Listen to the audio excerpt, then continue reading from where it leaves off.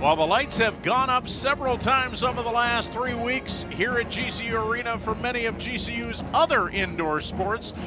The Lopes women's basketball team has been on the road for the last 3 weeks and finding out just how much of a race the Western Athletic Conference finish is going to be. But they are finally back home, and they will wind up the home side of their regular season schedule over the next 26 hours, and they'll battle a team that they are in a dogfight for the number 2 seed in the Western Athletic Conference, namely the Redhawks of Seattle University. Good evening, everybody. Jim Howe with my partner in crime, Kyle Borg. And as we get ready for this one, Kyle, there's a lot of uncharted waters right now because the Lopes come in with a 2-game losing streak. It's the first losing streak they've had all year long.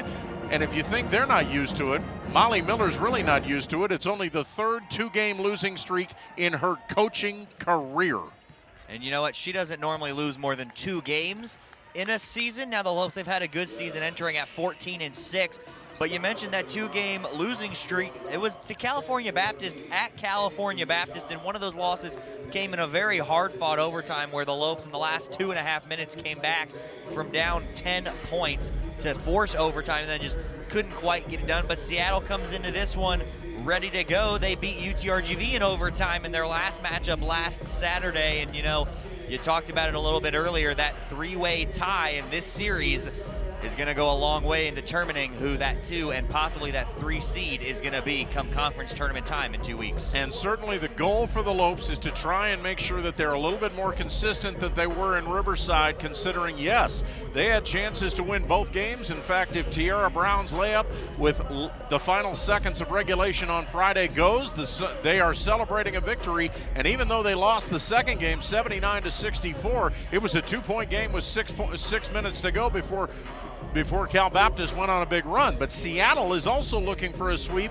and also looking for the same type of consistency because they're coming off a sweep of UTRGV, and it was a sweep that could have very easily been a sweep or a split, I should say, with UTRGV. It could have very easily been a UTRGV sweep if Seattle hadn't completed collapsing in that second game. They were up by 21 points at one point. Yeah, and UTRGV, they got one conference win coming into today. They'll be at Utah Valley today and tomorrow, but they're a dangerous team. The Lopes had to work for their 2 wins against UTRGV a few weeks back at the beginning of the month. But you did talk about how inconsistent Seattle has been over the last few games, 3-2 in their last 5, and only 2 conference wins in those last 5 games. So Seattle looking to get on track, also 6-4 in Western Athletic Conference play. So this game is intriguing for many reasons. It's been a pretty even series over the years. In fact, the Lopes are 9-7 lifetime against Seattle, but they have won 6 of their last 7, and they're going to try and continue that streak tonight in crunch time. It is the Lopes in Seattle. Starting lineups, all the play-by-play coming up on the other side of this break. You are listening and watching the sights and sounds of Lopes women's basketball right here on GCU TV. Grand Canyon University, a Christian university, is one of the largest and fastest growing universities in the country. GCU offers 270 dynamic academic programs with modern apartment-style living, classrooms, labs, restaurants, and more. Located in beautiful Phoenix, Arizona, GCU's vibrant community and expansive campus is ranked top 20 for best college campuses in America. My university integrates the free market system with a welcoming Christian worldview perspective into its academic programs and throughout campus life, so you can put your faith into action and help transform communities. GCU campus students received over $157 million in scholarships in 2020, and many students attend GCU for less than the cost of a state university. Visit gcu.edu/myoffer to see the scholarships you qualify for. Admissible high school seniors can schedule a free visit from anywhere in the country. Find your purpose at Grand Canyon University. Visit gcu.edu/myoffer. 2 teams tied in a 3-way tie for second place in the WAC. What a way to end the home side of the regular season as we send it down for the intros to our PA announcer, AC Larkin. Good evening, ladies and gentlemen, and welcome to the beautiful GCU Arena and this evening's women's basketball matchup featuring the visiting Redhawks from Seattle U and your Grand Canyon University Antelopes. Lopes. At this time, we ask that you please rise. Gentlemen, please remove your hats as we begin this evening with a word of prayer led today by Noelle Hensley, a first-year member of the GCU dance team studying political science with an emphasis in legal studies here at GCU. Please join me in prayer. Dear God, thank you so much for this day. Thank you for the players, coaches, staff, and Havocs who are joined here. We ask for your hand of protection over all who are joined here today, and we ask that the players play their game to glorify you. We ask this all in your name. Amen. And now let's meet tonight's starting lineups. We begin with the visiting Red Hawks. At guard, a junior number 4, Mackenzie Williams. At forward, a sophomore number 11, Georgia Kehoe. At guard, a freshman number 20, Peyton Howard. At guard, a junior number 22, Bree Calhoun. And at forward, a junior number 34, Chinwe Izanu. The Red Hawks are led by head coach Susie Barcom, assisted by Jody Gleason, Skip Gleason, and Lexi Peterson.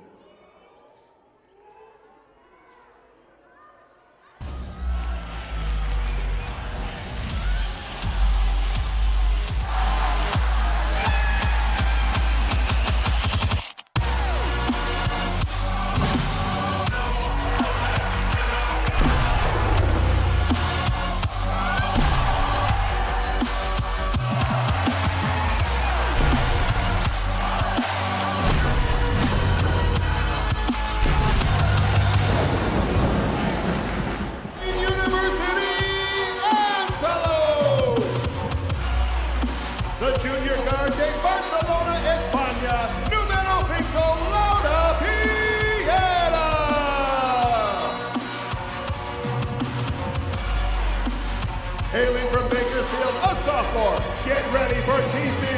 Number 11, Taylor Caldwell. From Oaktown, CA, it's Nana time. 22, Nadeja Jackson. The younger sister from Spanaway, Washington. Number 24, T. Era Brown. The WAC leading scorer, she's a freshman. Number 33, Katie Scott. The assistant coaches for your Lopes, Emily Ragsdale, Buck Shield, Carila Middlebrook, and Deja Black. Your head coach, Molly Miller.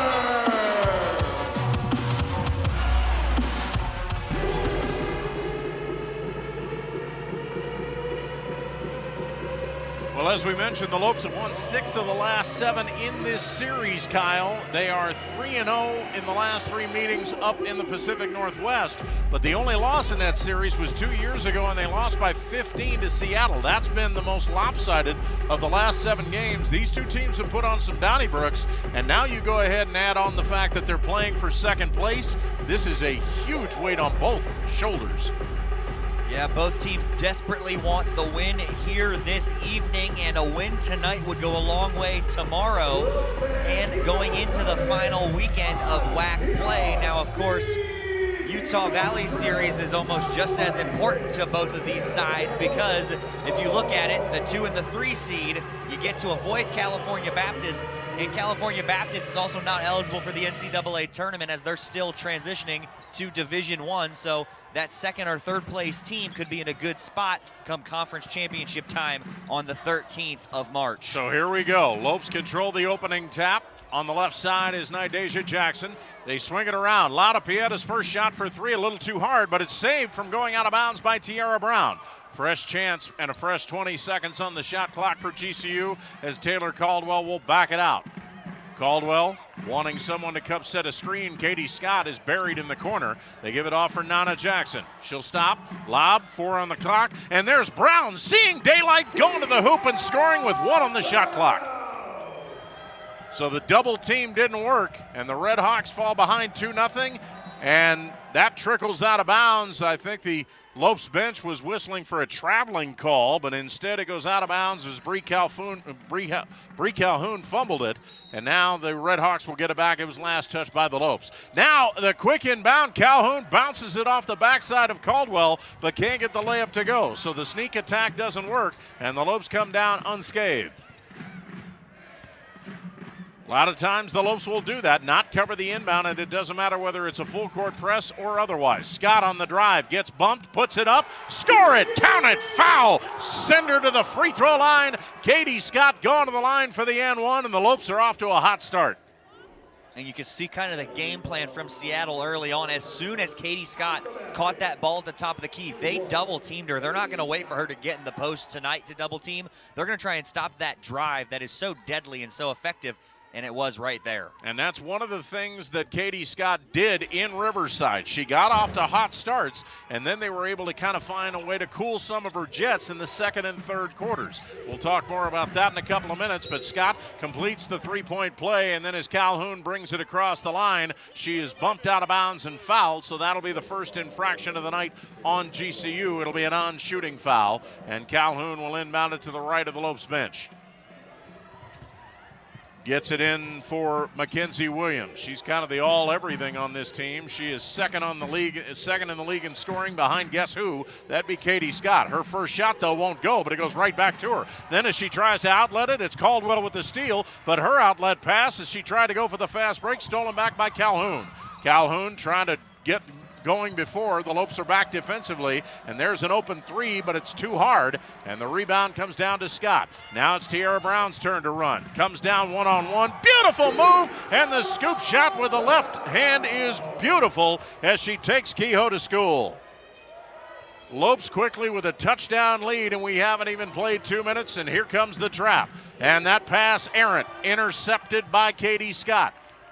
And the Lopes will continue to build on this fast start, leading 7-0. Pieta in the forecourt as the Lopes kind of slow it down, and the Red Hawks trying to get unrattled as they've fallen behind by 7, getting off the bus. Scott alone for 3! And everybody on their feet and loving every minute of this as the Lopes have now kicked a field goal to add to the touchdown. It's 10-0 GCU, and we played just 2.5 minutes. Calhoun lobs over the top, but that pass is errant. She tried it with the right hand, and instead it went right past Kehoe out of bounds. And for considering that the Lopes were out of practice for out-turnovering teams, considering Cal Baptist forced more turnovers in that Saturday game than the Lopes did, and that's something Molly Miller never wants to see. The Lopes are off to a hot start. They are off to an extremely hot start, and you got to think if they get a basket here that Coach Barcomb's going to want a timeout to talk it over and try and stop some of the bleeding as the Lopes are up double digits early on. I'm kind of surprised she hasn't called a timeout already, but she wants to see if her team can work out of it.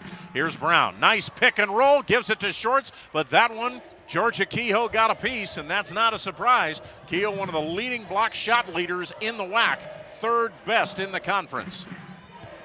So here comes Seattle, still trying to get that donut off the scoreboard. Dribbling around half the county and caught in the corner. Now a shot put up by Kehoe, in and out, stays out. Rebound, Izanu and Tiara Brown. Brown had the inside position, but Izanu apparently did not go over the top, and the held ball will send it back Seattle's way. So the Red Hawks get a break, and they'll certainly take that at the moment. Calhoun looking and waiting. Comes around to screen is Williams. Williams drive, double team, stop the dribble. Trying to lob over the top for Izano. Pieta has the defensive assignment on her. Now Lauda gets Tiara Brown to switch. Shot clock at 6. Calhoun fumbles. Caldwell staying right with her. Down to 3, down to 2. Knocked away again, and they won't get a shot off. And you talk about TC being all over the place. Bree Calhoun had to think there were 3 Taylor Caldwells on that turnover.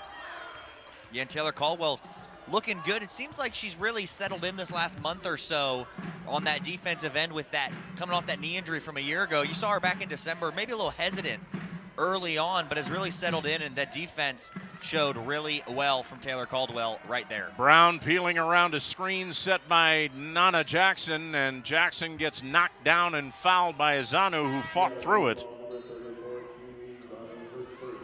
And so Katie Scott will check back in. Azanu picks up the foul. It'll be a non-shooting foul, and the Redhawks have now gone nearly 4 minutes without a point. Scott ready to inbound it to the left of her own bucket with a fresh 20 on the shot clock. Tiana Brown making her first appearance, the older sister of Tiara, and somebody we'll be hearing from at halftime, and we'll talk more about that as we go along. Shorts, beautiful pass to Scott. She's double teamed. Who cares? 12-0 Lopes. Calhoun has it knocked away, and she will retrieve. And finally, Susie Barcombe, the fifth-year head coach, has seen more than enough and decides it's time for a timeout to stop the bleeding. 6:04 left to go, and it's Lopes aplenty. GCU 12 and Seattle nothing. We will keep it here as Barcombe gets the chairs out and pretty much goes all the way halfway to midcourt. So that gives us a chance, Kyle, to kind of talk about the three keys to the game, and there's already a couple that have fallen under our spell. Well, your Sanderson Ford three keys to the game. That first one's going to be stuck in the middle. The Lopes tend, over the last couple of games, they get out to a really hot start in the first quarter. Those middle two quarters kind of start to cool off, and then at some point in that fourth quarter, it becomes Lope time once again, and they're able to climb their way back into some games, but haven't been able to finish the last two on the victorious side. Key number two, ample support. The role players have stepped up big. Tavia Rowell, Tiana Brown, Nydeja Jackson, Ben Laveris, Kennedy Shorts, just to name a few, have really stuck to their role and provided, whether it be scoring, defense, taking a charge, forcing a turnover, doing the little things that Coach Miller loves to see that get her teams in position to win the game. And number two will do second place in the Western Athletic Conference. If that's where you're lucky enough to finish, it's not a bad spot to be in this year, because California Baptist is already locked in the regular season championship. We'll get that first round bye in a couple of weeks at the WAC tournament, and you're more than likely going to see them in a championship game on the opposite end of the bracket. But we talked about it a little bit before, due to the transition, Jim, they're not eligible to win the tournament. They can win the tournament, they just can't advance past that point. So you got to think that whoever makes that championship game, win or lose, is your WAC representative in the NCAA tournament. So we're back to live action. Lopes with a 12-0 lead, and here comes the press, and here comes another Seattle turnover as Peyton Howard was going one way. Mackenzie Williams threw it the other way, and it goes right into Molly Miller's hands, and the Lopes continuing to keep the heat on. We'll set the lineups when we get a chance. Here's Nana Jackson, lob for Scott. She's one-on-one, sheds the defender, goes to the hoop, and scores. And right now, that is a one-sided battle between Katie Scott and Georgia Kehoe in the middle.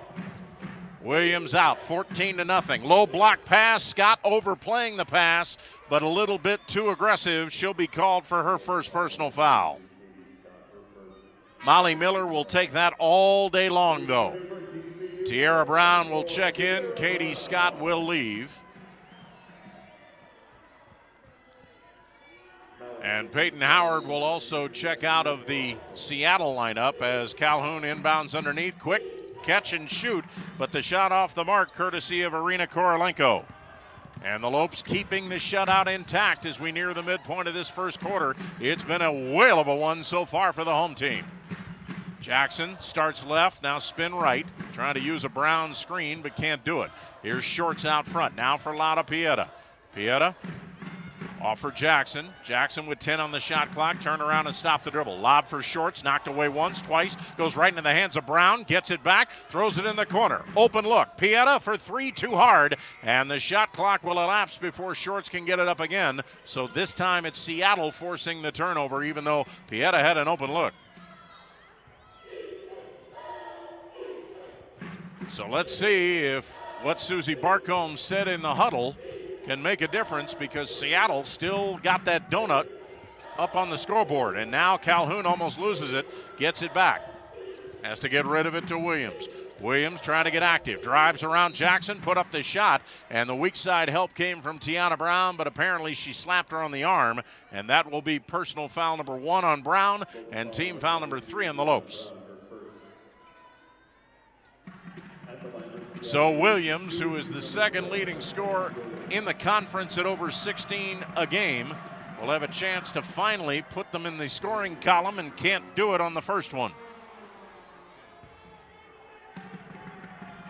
Well, as we mentioned, in the 3 keys, fast starts for the Lopes have been the standard, but the second and third quarters have not been kind. Both free throws missed. Jackson on the drive, splits the defense, but that one rejected. It goes out of bounds, and it will be GCU basketball.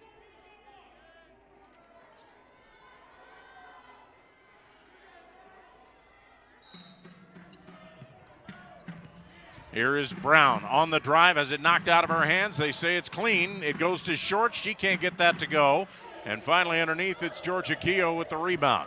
Past the midpoint of this first quarter, and Seattle wishes they could start over.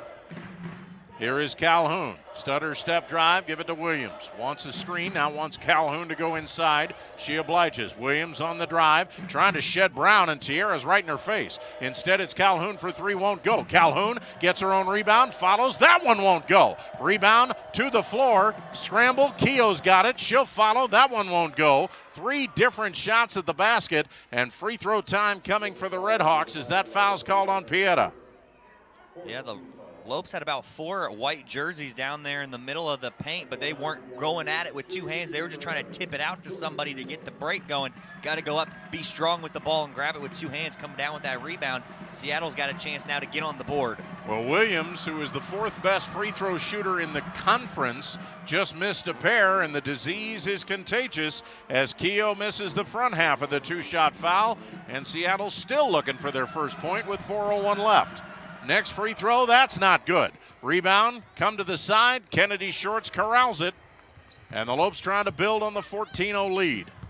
Pieta to the right side, has it knocked away by Calhoun. Scramble for the ball, comes out front. Calhoun's got it. A 5-on-1 break off for Keogh, and finally the lid is off the basket for Seattle in relatively easy fashion that time. So 14-2. And now the Lopes have to make sure they don't get sloppy when you get that early of a lead and that big of one. Brown hands off to Brown. Tierra to Tiana. Now here's Shorts on the left side. Hands off for Pieta. The Lopes in their weave. Calhoun comes around from behind, knocks it away. Jackson retrieves. Shot clock down to 5. Here's Tierra Brown. Sees the clock, working one-on-one. She'll stop, and the three-pointer's blocked. Kehoe able to secure it. Here come the Redhawks the other way. Korolenko backs up, fires a 3. That's too hard.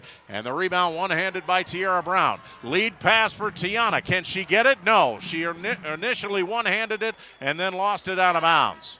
Good idea, just weren't able to pull off the trick. Caldwell and Scott in. Pieta and Shorts will take a seat.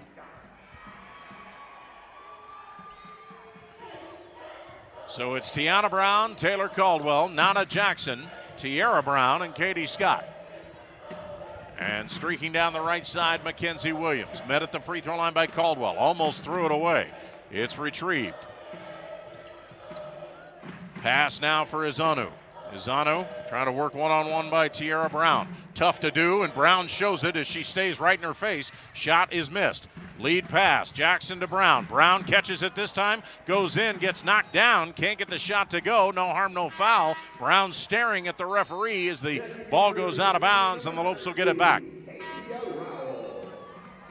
Tavia Rowell, who, as Kyle mentioned in the 3 keys to the game, gave the Lopes some Yeoman minutes in Riverside. She'll make her first appearance of the night. The 5'10" sophomore from Langley, British Columbia. Rowell, fake, backs up, wanted the 3, can't get the shot off. Here's Caldwell, turn around in the lane, no problem for TC from 8 feet. That ends the 3-minute scoring drought for the Lopes. And no damage apparently, and Calhoun in frustration. That wasn't really that aggressive of a double team, but she didn't want any part of it, just slammed it off the knee of Caldwell. So Peyton Howard, who's back in for Seattle, will inbound. Calhoun almost threw it away. Retrieved by Howard. Howard now sees daylight, drives in. I think Rowell got a piece of it, but the rebound back to Howard. Another open shot and another opportunity. That shot put up by Izanu, not good. And the contact initiated by her, so no foul. Lopes come the other way. Caldwell fumbles, saves it in the corner. Rowell for three! Like clockwork and like they drew it up. 19-2. Pass inside, and Calhoun with the behind-the-back pass. That was beautiful, but what happened afterwards wasn't, at least if you're a Red Hawks fan, because Taylor Caldwell takes the charge, send it the other way, wave off the hoop. Well, not too many things going right in this first 8 minutes plus for the visitors. And the Lopes, knowing what they did in Riverside, knowing they got to keep the foot on the proverbial gas pedal. Tiara Brown driving, stutter step, goes in. That one's rejected. Retrieved by Izanu. Haley Weiss-Neat with the block, and that one almost stolen. Now they got to hurry. Calhoun trying to hurry. They're not going to get it across the timeline, and they don't. 10-second violation, and Susie Barcombe beside herself because she was screaming at Calhoun to get it across just a couple of feet away. Do you think that the fact that California Baptist forced more turnovers got to this Lopes team and made them as mad as it would have Coach Miller? They are coming out on fire on the defensive end. The pressure is up to another level right now here on the defensive side for the Lopes. Well, and it seems like every single time the Lopes need a pep talk during the season, Molly Miller has known exactly what to say, and so far so good. Scott on the drive. Half the county bothering her, and one person goes down, and the shot is knocked away. Controlled by Kehoe, no harm, no foul. We're under a minute left to go in this first quarter, and the Lopes don't want it to end. Williams, opposite pass in the corner, three-pointer put up and in by Irina Korolenko, and finally starting to get some offense going, but the Red Hawks didn't need offensive rebounds that time. 19-5. Lopes trying to avoid a mini rally by Seattle in the final 40 seconds. That shot not good by Tiara Brown, but Tiana Brown's got it, and then she is held and fouled. Foul called that time on Mackenzie Williams. Seattle had a foul to give, which actually is not a bad thing for the Lopes. 33.4 seconds to go, and the shot clock will reset. That's also Calhoun's second personal foul. Here's Caldwell. Gets the ball, calls out a set play. Decides to spread the floor. Shot clock at 10, now 9. Williams starting to pressure Caldwell. Comes around to Scott's screen. Keeps driving. That one knocked away. Williams has it out front with Scott to beat. She'll come down, misses the lay-in. Rebound Kehoe, follows and scores. Keogh's got it. Still 8 seconds for the Lopes to try and finish off with a flare. Brown going through half the county. Scoop shot is good. Tiara Brown with the flourish, and that's the way it will end as the Lopes, who led by as many as 17, have a 14-point cushion at the end of 10 minutes. End of one here in the final weekend of home basketball for your Lopes. Here's your score. The GCU Lopes 21, the Seattle Red Hawks 7. Keep it here for more exciting Lopes women's basketball right here on GCU TV. Once you've been to hell and back, there's not much left to fear. When the boogeyman goes to sleep at night, he checks under his bed for me. Have you ever wondered who Waldo's hiding from? Me. Not even the Cougars of LA are enough to scare me. But if I get into an accident, I'm calling the boss, Sweet James. If you've been hurt, don't back down. Call Sweet James. From reimagining the way you work to reassessing what you need, you've changed the way you do business. And now, so have we. With no annual contracts and flexible internet and voice solutions, you'll have what you need to get back to business. Rethink, reconnect, reimagine. Switch to Cox Business today.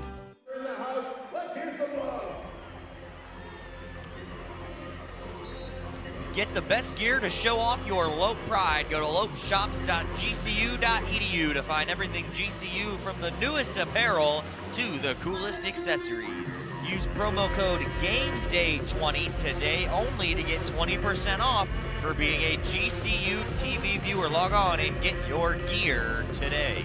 Well, Katie Scott out of the gates very quickly. She has 10 points to lead the way, including a three-pointer and a three-point play. And the Lopes are going to start off the second quarter with the basketball and a 14-point bulge. Tiana Brown thinking about the back door, couldn't find Caldwell. Instead, give it to Rowell. Rowell off for Katie Scott, who's back in there after a couple of breathers during the first quarter. Caldwell throws it to the driving Brown. Brown, a lot of contact and a whistle. Shot did not go, but Tiara Brown will head to the line for the first time this evening. And Scott leading the way with 10 points, but Brown with 3 field goals and 6 points of her own. Shooting two, number 24, Tiara Brown. Carla Balagay gets the warm-ups off for the first time tonight, and she and fellow Spaniard Lara Pieta will check in as Brown gets a pair at the charity stripe. And the first free throw is good. Free throws were a factor in the good range for the Lopes on that road trip. They were shooting the ball more consistently from the free throw line in those 4 games. Both free throws good by Brown, lead back up to 16. And trying to hurry to get it in, just barely getting it in, is Madison Dubois. And now as Williams gets knocked down, a whistle and a foul, and Tiara Brown whistled for her first. That'll be an on-shooting foul. And Brown will check out for Kennedy Shorts. So it's Shorts, Rowell, Balagay, Tiana Brown, and Lara Pieta. Georgia Keogh gets the inbound. On the elbow, throws it for Howard. Howard comes around to screen. Balagay compensates. Here is Dubois. Throws it for Izanu. Izanu throws it up. That's too hard. Rebound, Kehoe. Kehoe will follow. That one won't go. Again, offensive rebounds keeping the Red Hawks moving, but not able to convert that time. Pieta looking, weaving, stopping the dribble. Off for Tiana Brown. Brown moving the paint, looking for room as the Red Hawks trying to get set defensively. Pieta waits for a screen, goes away from it, triple teamed, off for Balagay, splits the defense, goes up with the right hand and puts it in off the glass. So the Lopes trying to maintain that first quarter intensity, and so far so good for the first minute plus. Pass inside, low block Izanu, fake shoot, shot will count if it goes, it won't. The foul called on Rowell, who kept her hands up for an extra stanza or 2, but to no avail, it'll be her first personal. So Chinwe Izanu, one of 3 Seattle natives on this team, although a couple of other roster players from the suburbs in the Seattle area. Misses the first free throw, and that continues the chain. Seattle now 0 for 5, finally 1 for 6 as she salvages one of the 2. Bree Calhoun got a breather on the Red Hawks bench. She'll check in to match up against Lara Pieta as she brings it out of backcourt. Balagay Heltzer gets across the midcourt line with a screen. Pieta dribble drive, throws it in the corner. Rowell fire for 3! Tavia Rowell picking up where she left off in Riverside. 2 threes, 6 points. Calhoun for Kehoe, misses the lay-in. Rebound back to Kehoe. She'll follow and score, and that time Lopes a little bit asleep defensively. Pieta out of backcourt, comes around to screen, give it off for Balagay. Sees daylight, drive in, high off the glass, no. And as Shorts tapped it, it went right to Balagay. Problem was she was on the other side of the out-of-bounds line. So Seattle will get the basketball. And full court pressure defense almost works, and Shorts and Tiana Brown smiling as it goes right back to Calhoun. She'll try it again. Inbound for Howard. Howard trying to work on Tiara Brown. That's been a tough matchup. Make it Tiana Brown. That's been a tough matchup most of the night, no matter which Brown sister you're talking about. And now Shorts following Calhoun kind of shoves the forearm into her back, and that'll cost Kennedy her first personal foul. So even though the Lopes have committed 6 fouls so far, the good news for Molly Miller is no one has more than one. Again, a non-shooting foul as Keough has it with 20 on the shot clock. Comes out for Williams. Williams double team, try to get it inside, but good hands by Pieta. Here's Shorts, but her outlet pass too long for Balagay, and it's retrieved by Madison Dubois. So Seattle with another try. Lopes scramble back defensively. Howard goes to the right side with the dribble, trying to spin on Rowell, and now almost tied up by Shorts. Lob in for Keough. Keough working on Pieta. Hook shot, flat. Off the back of the iron. Pieta with good defense, and Lauda with a rebound. 7:20 left to go. Handoff for Shorts. Shorts drives, throws for Tiana Brown. Williams with a defensive assignment on her. Backs it out once. Now stop the dribble. Here's Balagay to Pieta. Lauda's been very active so far. As she tries to scissor through the defense, though, it's knocked out of her hands, and the possession arrow will send it the other way for the Redhawks. So far, a frantic pace, Kyle, and I would say that's exactly what Molly Miller wants. She didn't get that a lot last weekend in Riverside. No, California Baptist in Riverside was very good at slowing the Lopes down and not giving in to their pressure. Now lead pass, Calhoun had it go through her hands, and then it's knocked out of bounds, and they say last touch by Tiana Brown, and right in front of that was Molly Miller, and she said, how can you call that? Here's an inbound in for Howard, but once again, Seattle missing layups right and left, and that one doesn't go. Jackson now bumped by Williams. No harm, no foul. Off for Pieta. Pieta now wants to slow it down momentarily. Now scissors through the defense all the way to the hoop for two. And the Lopes making it look easy against this Seattle defense. It's back to a 20-point cushion.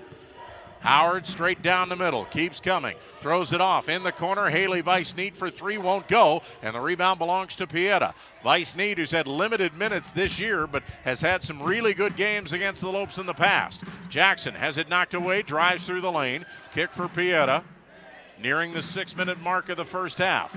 Pieta around a screen. Nice pick and roll on the delay, and Tiara Brown will score. Heads up play by Lauda Pieta, and it's 32-10. Pieta lets Calhoun go by, gets it in for Izono. She bangs into Balagay, has it knocked away, gets it back. Open look out front, Williams for three off the mark, and nothing but white jerseys underneath for the defensive rebound. Well, you know Seattle is kicking themselves about the amount of missed layups that they've had. Pieta, Jackson, three! 25-point lead, timeout Redhawks. Susie Barcombe has seen more than enough, and so let's take a break. 5:41 left to go first half, all home team. GCU 35, Seattle 10, right here on GCU TV.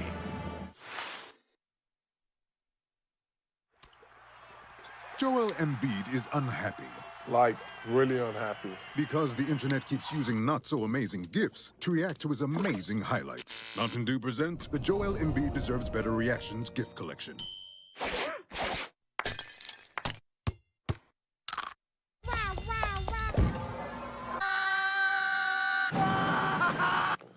Now I'm so happy.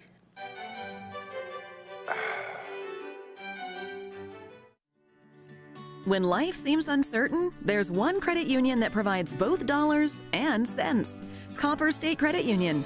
With solutions that focus on our members, you can take advantage of competitive rates, free cashback checking, and local attentive service.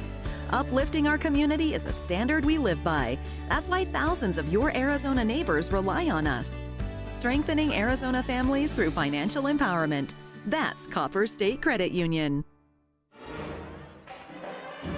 GCU fans, if you haven't already, it is time to download the Lope Nation app. Watch GCU home sporting events directly from your app. Receive personalized news and score updates from your favorite Lopes teams. Follow the Lopes closer than ever before with scores, schedules, stories, and more. And even more perks will be coming very soon. Search GCU Athletics in your phone's app store or download the GCU Athletics app now at gculopes.com/app. Kyle Borg talking about it all through the break. 4 for 5 from three-point range. That's not Seattle, that's your Lopes, and they have earned it. Now this gets tipped out to Calhoun, and Calhoun will get a layup that will actually fall. And so it's 35-12. Yes, do not adjust your set. The Lopes have been on fire since they came out of the locker room. Katie Scott trying to keep it going. She's been the leader offensively. Jackson has it knocked away. Beautiful play by Mackenzie Williams. Trying to start a fast break of the Red Hawks, and Nana Jackson knocks it away right into the hands of Tiana Brown. A Lope steal. Brown will back it up as the Red Hawks get set defensively. Brown keeps on coming. That one is rejected. Haley Weiss-Need has it and controls it. Seattle coming the other way for the moment, 5-on-4. Williams drive across the lane, kick in the corner. Howard square and fire for three, got it. So suddenly a renewed fire by the Red Hawks coming out of that timeout, and the lead down to 20. So the Lopes just trying to stay calm. They want to trade buckets as much as they can. And that one won't work. Taylor Caldwell's three too hard. Here's Howard. Throws it for Calhoun. Almost threw it back and over. Calhoun keeps on coming. Lob underneath. And Izano at the last minute has it rejected by Tiara Brown. What a play. 2-on-2. Jackson to Caldwell. Misses the lay-in. Lead pass. Here's Calhoun. Square and fire for three. Got it. And suddenly Seattle looks like a totally different team in the last minute 30. Here's Caldwell in the front court. Off for Tiara Brown. Seattle still with a long way to go. Beautiful pick and roll. Tiara Brown, Katie Scott making it look easy, and Brown's got a dozen points. 37-18, Lopes on top. Howard into the front court, sees daylight. Drive for Izano. Doesn't want any part of the shot. She's missed a couple. Calhoun now wants a screen set, but Izano can't fight through Scott. Instead, trying to throw it underneath. Howard can't get there. No touch by Caldwell. Possession, Lopes. Well, Kyle, Seattle's had some good ideas. Give them credit for that. They just have not been able to execute when the chips have been down. Not at all, and you know what? Layups have not been the Red Hawks' friends early on in this one, and I wish we had that stat marked down, how many looks that they had gotten wide open or uncontested, pretty much almost the majority, and then they finally got one to fall on a 5-on-1 as the referees got together and changed the call. Yeah, they apparently said Taylor Caldwell got a finger on it underneath. Now they've got 30 on the shot clock. That wasn't supposed to be reset, so instead they changed it back so Seattle will have a dozen seconds to get a shot up. Calhoun on the baseline, out for Haley Weiss-Need. She'll stop. Williams, low block, Kehoe, face the hoop. Double team, gets away from it, throws up the layup, same result. Can't get it to go, and Kehoe knocks down Tiara Brown. No harm, no foul, they're gonna let him play. Caldwell staying away from Calhoun, now drives, Calhoun goes in, shot won't go. Caldwell looking around for a foul, didn't get one. Calhoun comes the other way down the right side, working on Rowell. Double team, throws it over the double team, doesn't go. Caldwell fights for the rebound and gets it underneath. Saves it for Scott. They are officially letting him play the last 4 or 5 minutes. And Scott says, you know what, I was a point guard in high school, I can do this. So she'll bring it across the time stripe. Start to drive, and that one poked away. Goes out of bounds into the Seattle bench, and the Lopes will have it with 19 on the shot clock as Balagay will replace Scott in the lineup. So it's Balagay, Rowell, Caldwell, Jackson, and Tiara Brown. So Brown, for the moment, will kind of trade places with Balagay between power forward and center. Caldwell drives around Calhoun. Shot off the glass, no. Balagay's got it. Gets around the Giants. Give it to Brown. She'll stop. She'll pop. In and out. Tough break for Brown as that one used every part of the rim but wouldn't drop. 2.5 left to go. Quickly up, Williams to Weiss-Need. That one Tiara Brown got a piece of, and Balagay tips it to Rowell. Lopes are everywhere. Caldwell avoids the steal from Williams. Off for Balagay at the high post. Seattle slapping at that ball. Caldwell playing keep away from Williams. Waits for a Balagay screen. Keeps coming, sees daylight, high off the glass, no, and finally Caldwell on her backside. pumping her fists as the whistle will send her to the free throw line. And she's had that instance about 5 different times, Kyle, but has not been able to get the call. Finally got one on that last drive, and you saw Coach Miller on the sideline tell him to space it out and just high pick and roll, and it's been working for GCU in these first 2 quarters that are almost complete now, and that's why they're up 19 here in the second quarter. Foul is on Williams. That's not good news for Susie Barcombe as Caldwell goes to the line for a pair, and the first free throw is good, because that's 2 personal fouls on her leading scorer. And I say leading scorer on the season because so far the Lopes have bottled her up. She has not been able to get into the scoring column. Both free throws good by Caldwell. And Kennedy Shorts and Laura Pieta back in, and they're joined by the native of Vanta, Finland, Venla Vadas. Well, we've seen Rowell hit a couple of threes. Maybe we'll see Varis get going as well. Inside of 2 minutes as Calhoun breaks the press. Kehoe, wild shot doesn't go, but draws the foul. So free throw time for the Redhawks, but that has not been good news in the first 18 minutes. So Kehoe, who has missed a pair, that was in the first 3 minutes of the ball game as the foul's called on Balagay. And the first free throw continues the trend, not good. Keep in mind that this Redhawks team doesn't do anything poorly. They are not tops in the conference in any statistical category, but they are no worse than 4th and no better than 3rd. And that includes free throw shooting, where they are 4th in the conference at just under 70%. But you wouldn't know it by this first half. They are a whopping 2 of 10. Pieta on the drive, soft one-hander, no. Balagay trying to keep it alive, but instead it's Haley Weissneet. Minute and a half to go. The lead is 20 for the Lopes, and all they want to do is maintain. Calhoun's pass knocked away, and Pieta held on the play by Georgia Kehoe, who says, "Who me?" And that one was obvious, and a smart play by Kehoe because Pieta has the other basket all to their lonesome, and wait a minute. They called that on Piera. And Molly Miller is standing there dumbfounded, trying to figure out as the referees confer. I don't know how that is a holding foul on Laura Pieta. And they are going to say it is a holding foul on the Lopes point guard. Wow. I don't know how you get a hold when you jump the pass. Maybe it happened before and we just missed it. They were saying the overplay. And unfortunately, that also puts the Lopes over the team foul limit with $1:26 left. So it's Kehoe back to the line for 2 more. And that free throw's off the front of the iron. And Georgia talking to herself. So the native of Brisbane, Australia, salvages 1 of 2 again. And she leads the Redhawks in scoring with 8 points. Taylor Caldwell back in, and Laura Pieta will get a much-deserved breather, as the Lopes lead has been as large as 25 and is down to 19 at the moment. Caldwell fighting Calhoun, and that will be a holding foul on Calhoun. And that one, I don't know, Kyle, that could have very easily been a makeup call. I because was going to say, Taylor Caldwell just put a forearm right into the lap of Bree Calhoun.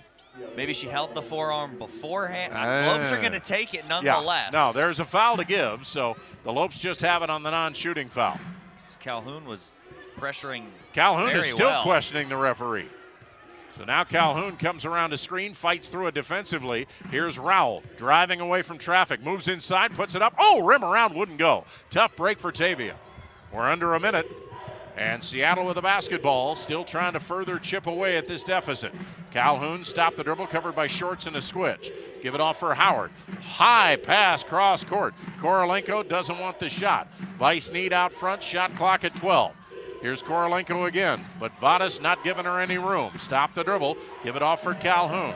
Calhoun sees the clock at 5. Stop, comes around a screen. She's going to put it up from 3 over the outstretched arms of Balagay, and that's too hard. Rebound to the floor. Howard somehow comes away with it. And there's about 6 seconds difference between the shot clock and the game clock as it resets. And now it's poked away. Shorts trying to go for the steal and is able to accomplish the goal. Here she comes. There she goes to the hoop for 2. What a play. Calhoun with 7 seconds and now throws it away. Caldwell with 4 seconds. Drives, loses the basketball, and that's the way this one's going to end. They will stop the clock with 0.3 seconds, but that just means that Seattle's going to inbound it, and that's the way this one's going to end for the first 20 minutes. There it is, rough and tumble, but the Lopes right now like it that way. They score the first 14 points of the game, and they have not looked back. The Bulge is 21 as we step aside and get ready for our halftime show. Hope you're enjoying it as we begin the home finales in WAC play. Halftime here at GCU Arena in the heart of Phoenix. Here's your score. The GCU Lopes 41. The Seattle Redhawks 20. Keep it here for more Lopes women's basketball on GCU TV.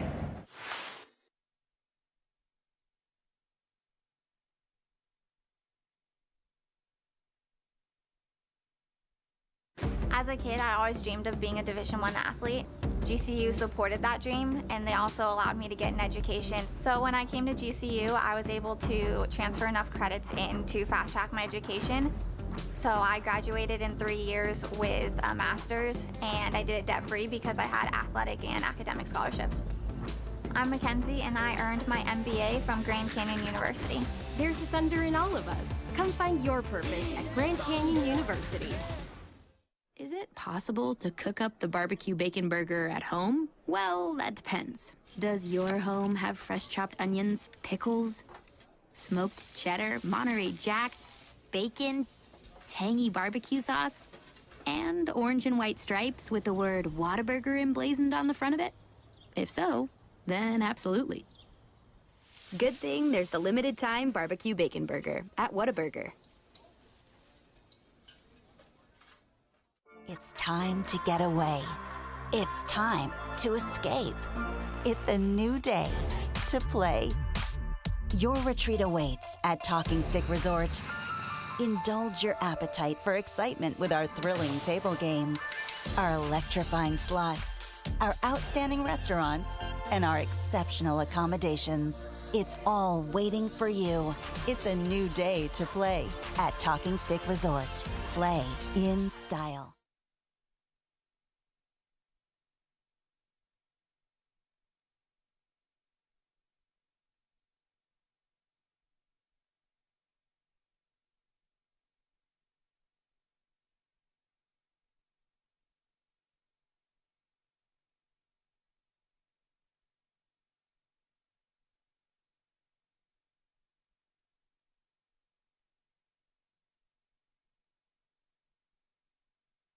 I'm Cheyenne Rose here with LP, who has the scoop on her team, and this is Lope Likely. Who on your team is most likely to be a drama queen? Bella. Why? She do a drama for everything. So yeah, Bella, 100%. Who is most likely to date a celebrity?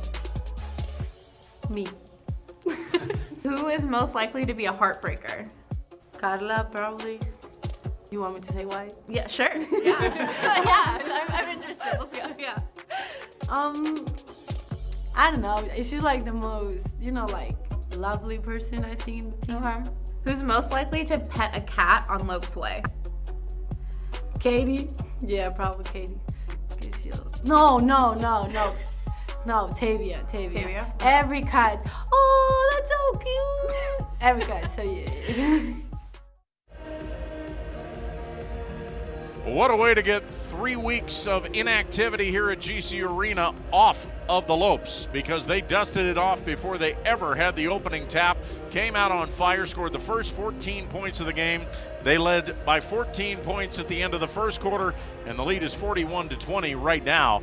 Kyle, what a way to start. Oh, absolutely. It's a great way to start for this Lopes team. The defense has been all over the place, not giving Seattle anything easy, and when Seattle's gotten something easy, it hasn't fallen for them, and I think that's taken a mental toll on this Redhawks team. Now in that second quarter, they finally saw some shots dropping just a little bit more, but on the Lopes end, they went 3 or 4 minutes without scoring there for a while, but the defense held Seattle scoreless. and they're still scorers over the last 3 minutes and 52 seconds are the Redhawks. So the Lopes defense has really been the catalyst that has gotten them out to this 21-point lead. Ton of missed layups by Seattle. That's one of the reasons why they're only shooting 28% from the field, as you see. Only 7 of 25 as we take a look at the halftime stats brought to you by Copper State Credit Union with 8 branches across Arizona, including GCU. And then you were talking about it earlier, Kyle, 67% from three-point range. The Lopes have been very judicious with what they've done from three-point range. They're only 4 out of 6, and all of them have been good looks. And most of them have been wide open looks as well. We saw Nydasia Jackson knock one down. Katie Scott's hit a couple. Tavia Rowell, she's feeling it, and she's finally settled into her role with this team. She's being aggressive, knocking down shots and taking good shots and playing phenomenal defense as well. Molly Miller has used 10 players, and all of them have contributed mightily, including the 2 people that we are about to talk to as we begin a new segment. Or should I say our own Kyle Borg begins a new segment, Full Court Press. Kyle Borg here with Lope sisters Tiana and Tiara Brown, and today we are going to put the full court press on them. You guys ready? Yes. All right. So what brought you both to GCU to play together? I think just the atmosphere.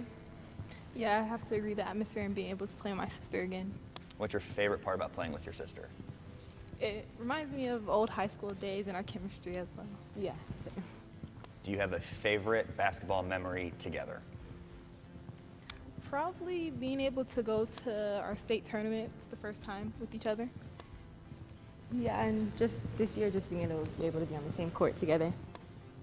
Did you win that state tournament? No, but it was still a good memory. Still a good memory. That's good. All right, that was Lope sisters Tiana and Tiara Brown.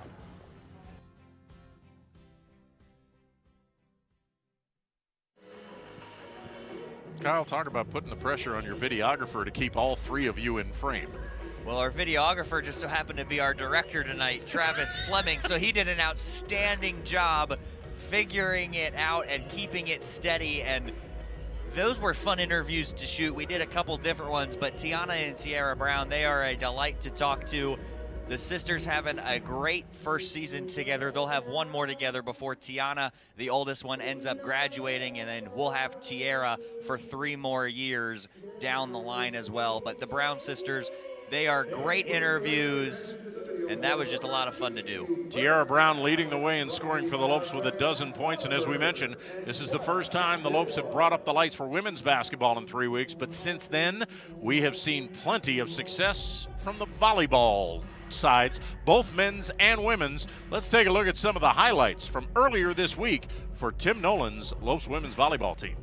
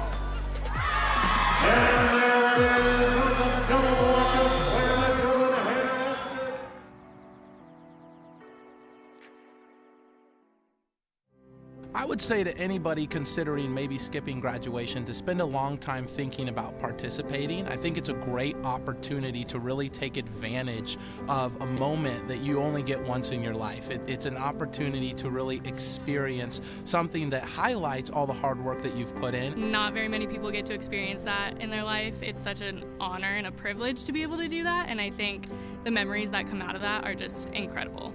Herff Jones, by your side. When life seems uncertain, there's one credit union that provides both dollars and cents. Copper State Credit Union. With solutions that focus on our members, you can take advantage of competitive rates, free cashback checking, and local attentive service. Uplifting our community is a standard we live by.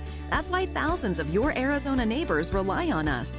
Strengthening Arizona families through financial empowerment. That's Copper State Credit Union.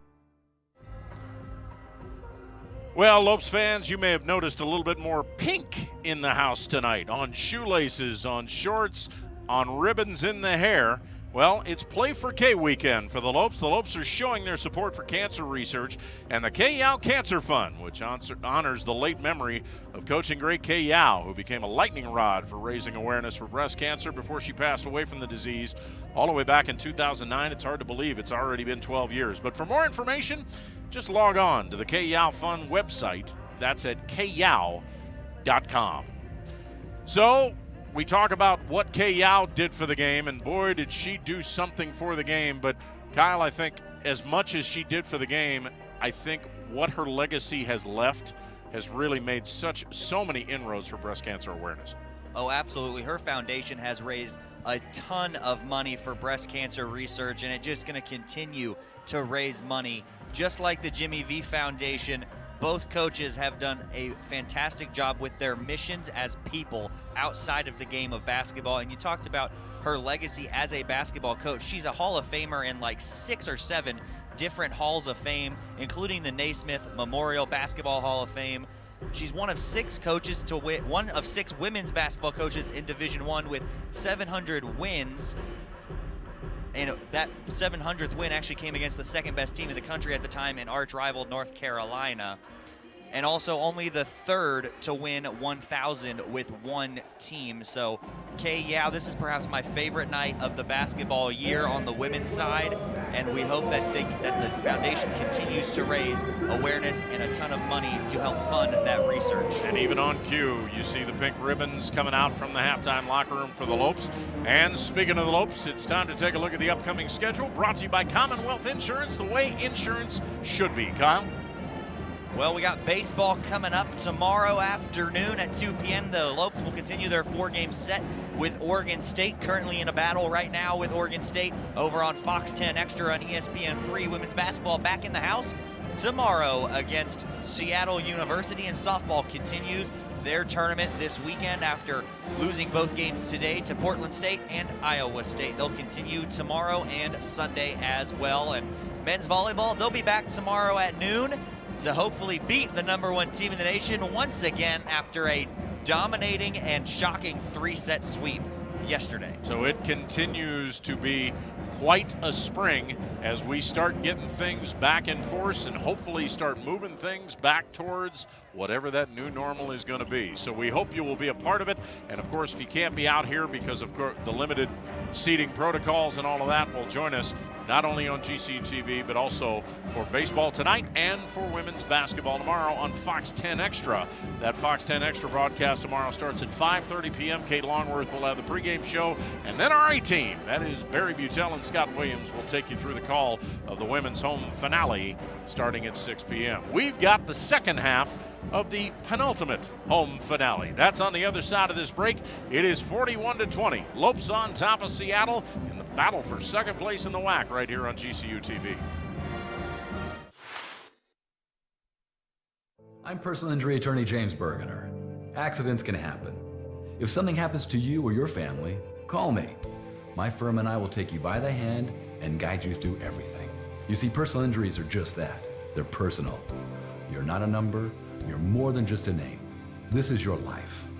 At my firm, each case is professionally and personally tailored to you. So if you've been injured, I've got your back. Call me now for a free consultation.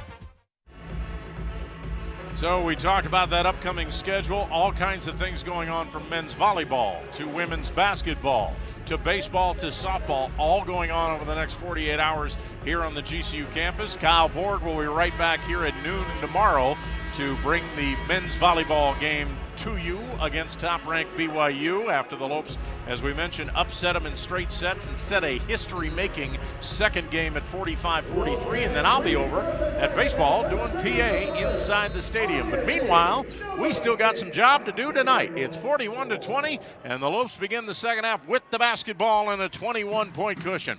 Tiara Brown off for Katie Scott, and Scott had Keogh running at her, wanted to put up that three-pointer, and then came down with the ball, and with a smile she comes to the other way, knowing she committed a traveling violation. So Seattle basketball, and they have the same five that actually, check that, Peyton Howard actually getting the start as Bree Calhoun starting it on the bench, and that's not the way Seattle wanted to start, because picking up where they left off, Mackenzie Williams trying to throw a cross-court pass, throws it between two teammates, out of bounds, and the two teams exchange turnovers. So Lopes with the same five that started the game: Katie Scott, Nana Jackson, Taylor Caldwell, Tiara Brown, and the lady with the basketball going across the GCU logo, Lada Pieta. Pieta picked up by Peyton Howard. Now for Scott. Back to the basket. Spins on Kehoe. Puts it up. Rolls off the side. And it's Izanu who gets the rebound. But now has to find somebody to get it to. Finally, Peyton Howard comes to get the basketball. So still scoreless as Tiara Brown almost able to salvage that steal right in front of the Seattle bench. But it hits the out-of-bounds line, so Howard will inbound right in front of her head coach, fifth-year head coach Susie Barcombe. The only lady to lead Seattle University to an NCAA women's basketball tournament berth. And there's a three-pointer put up and in by Irina Korolenko, her second of the night. And she's 2 for 2 from there. And the lead is down to 18. Lopes have never trailed. They scored the first 14 points and led by as many as 25. Pieta on the drive, but wave it off. Offensive foul called on Tiara Brown as they said she was moving on the screen. Yeah, the hip just came out just a little bit too much to rub Piera's defender off of her, and the referee was all over that. Hard to say that this is a dangerous time of the game with the Lopes up 18, but the Lopes have to make sure that they don't come out of the locker room tentative, and they're still looking for their first points, even though they've had the ball for 3 offensive possessions. Jackson going for the steal, didn't get the steal, instead picks up her first personal foul. Well, you know that Molly Miller's not going to want her team to take the foot off the defensive gas. So that's one of those fouls that she'll take all day. She just doesn't want foul trouble as a result of it.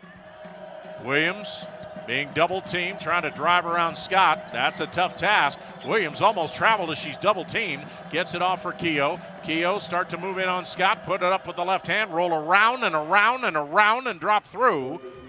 And Keogh leading the way in scoring for Seattle with 10. And it's down to a 16-point lead. This is the closest the Redhawks have been in forever. Caldwell around a screen. Stop and pop. No, that's too hard from 8 feet. And here comes Mackenzie Williams trying to make it a 7-0 run. She goes through everybody, misses the lay-in. Keogh with the follow, no, and the rebound comes to the side, and Nana Jackson will reel it in. And the Lopes definitely dodging a bullet that time as nobody turned around while Williams drove through everybody. Here's Caldwell outside the right arc. Straight away for Tiara Brown. Lopes could use a hoop here. Pieta around the screen, all the way underneath. No look pass to Caldwell for 3. That one won't go. Rebound. Can Katie Scott track it down in the corner? Yes, she can. Fresh 20 on the shot clock. Drives around the screen, keeps on coming. Scoop shot, no. Tiara Brown brings it down, and from her backside, Izanu knocks it out of her hands and out of bounds.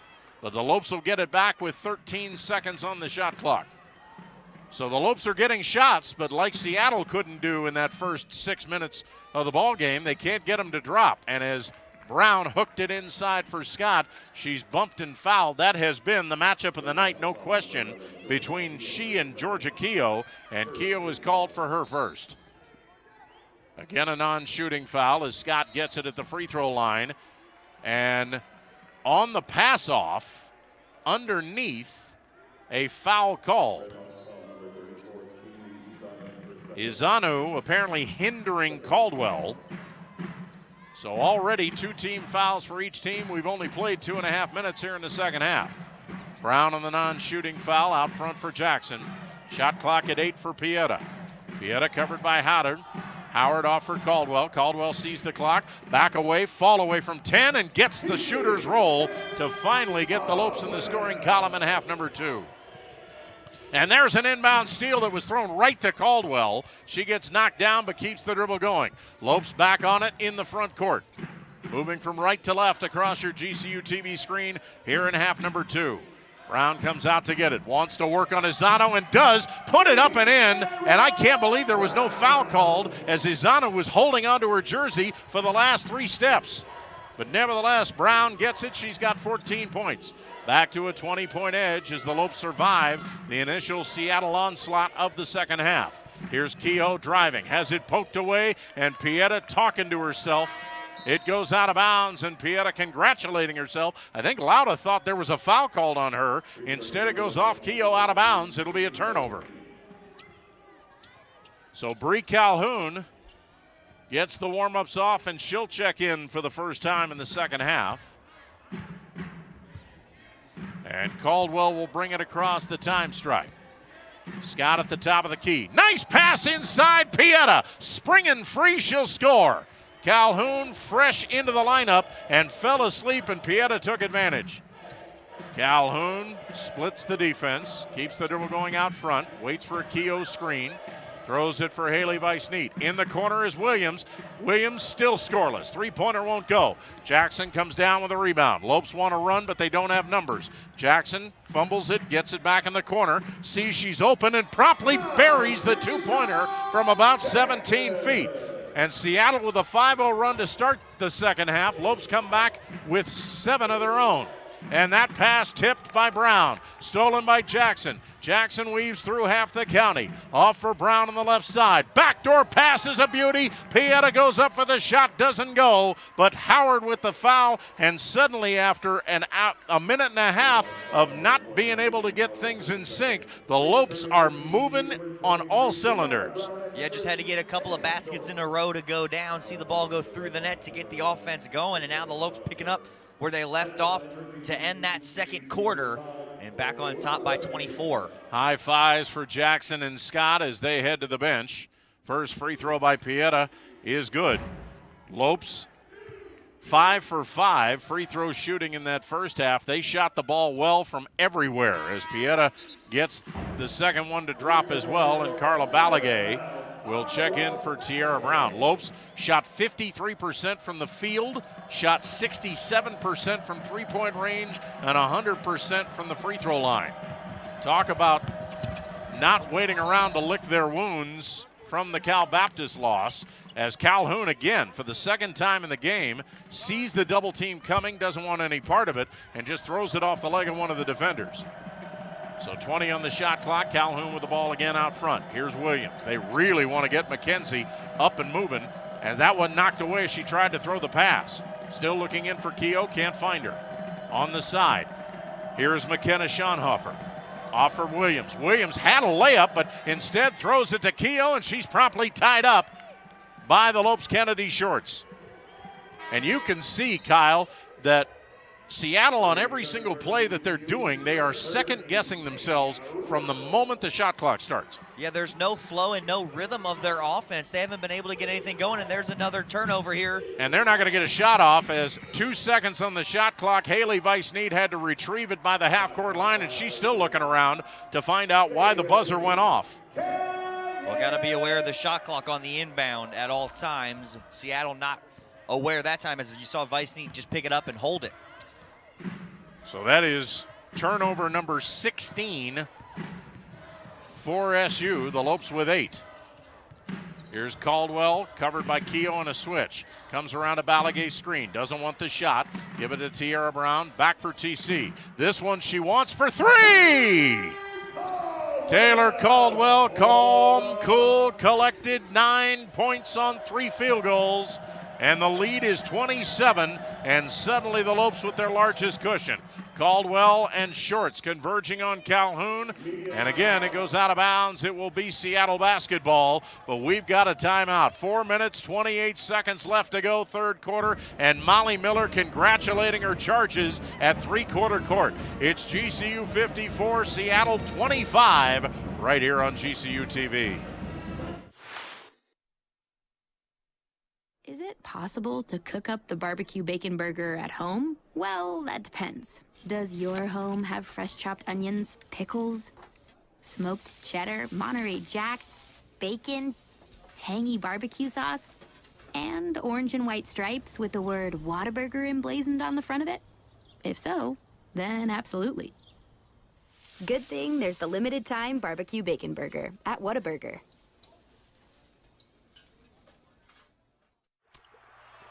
Joel Embiid is unhappy.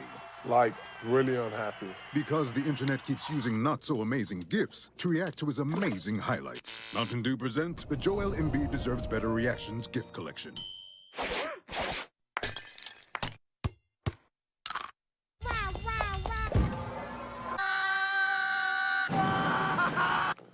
Now I'm so happy.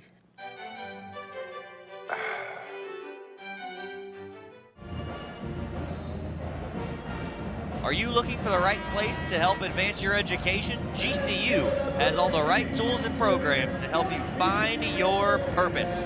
For more information on what Grand Canyon University has to offer or to enroll, visit gcu.edu. Lopes gave up the first 5 points of the second half. No problem. They have responded with 13 unanswered points, and they've done it in a 2.5-minute span. Williams trying to change that. Can't get the shot to go, but she bangs into Tavia Rowell, and Rowell just inserted during that stop in play, picks up team foul number 3 for GCU. Well, Mackenzie Williams has had a night so far that she would not like to repeat. First free throw, not good. And that is indicative. She's 0 for 3 from the free throw line, 0 for 3 from three-point range, and 0 for 4 from the field. And remember, she's second in the conference right behind Katie Scott, averaging over 16 points a game, and she's finally in the scoring column. That breaks the 13-0 run. 54-26 GCU. Pass inside, Shorts can't get it to it. Nice idea by Rowell, but Shorts leaning the other way, and it trickles out of bounds. So Seattle with a lineup of McKenna Schonhofer, Bree Calhoun, Haley Weiss-Need, who just got fouled by Carla Balagay, Mackenzie Williams, and Georgia Keogh. And that'll be a non-shooting foul. That's Balagay's second, and the team already out of fouls at the 4:12 mark. So Schonhofer looking again. Gets it for Calhoun, who has to jump up to get it. Tiana Brown staring at her. Here's Schonhofer. Gets across the line, off for Williams. Williams start to drive. She'll stop from 14. That one bounce around and around. Won't go. Caldwell. Lead pass on the money for Shorts. Won't go. Followed by Tiana Brown. Will. And the Lopes, I'm sure Seattle right now has to feel like the Lopes are playing with 7 players.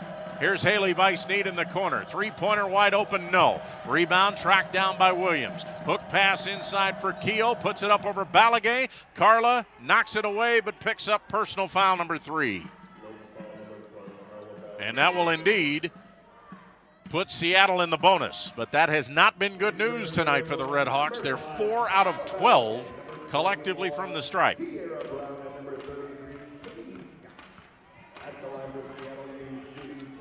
Well, Susie Barcombe has used 10 players now with Schonhofer's entrance, and she just has not been able to find anything to work against this Lopes defense. First free throw, banks in. And if there's any indication of how this night has gone at the line for Seattle, there you go.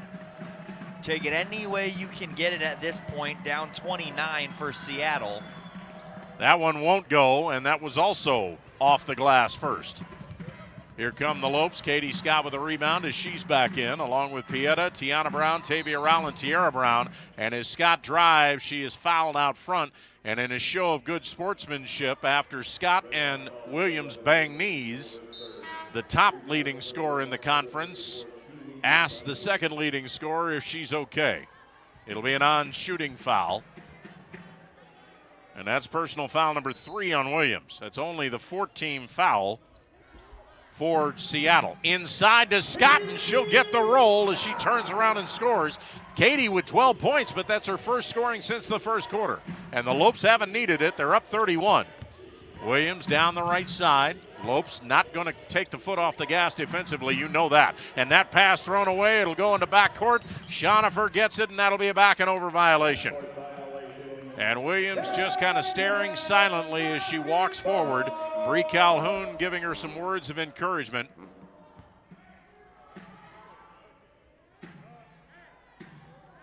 And the Lopes will have it in the front court. 3:04 left to go, third quarter. And the Lopes looking to break this three-way tie for second place emphatically, depending on what Utah Valley does against UTRGV tonight. We'll keep you updated on that one. Here's Pieta, around to Scott screen, keeps on coming. Euro steps of beauty, she'll lay it up and in. Lauda Pieta with 8 points, 60-27. Seattle trying to figure out what hit them. Pieta knocks it away from Calhoun. Calhoun gets it back, drops it off for Williams. Williams on the drive, has that one rejected. Izano on the follow. That one won't go, but this time a whistle and a foul. Katie Scott raises her hand even though she doesn't agree. Personal foul number 2 on the Pride of Carl Junction, Missouri. So the winner of this game, which it looks like it'll be GCU, will move into a second place tie with Utah Valley, who beat UTRGV on the road. 62-54 is your final in that one. That took place earlier today. Those two teams will meet again tomorrow, as will the Redhawks and the Lopes.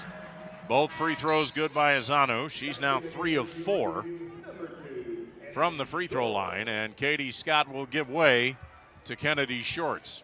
Now keep in mind, if we're talking about tiebreakers, which remember the season ends for the Lopes this weekend if they can't do anything as far as filling the open dates for next weekend, the season doesn't end for the rest of the teams until next weekend. Here's a pass to the cutting Ben Lavaris. Now for Rowell. Fall-away jumper won't go, but it goes right into the hands of Lauda Pieta.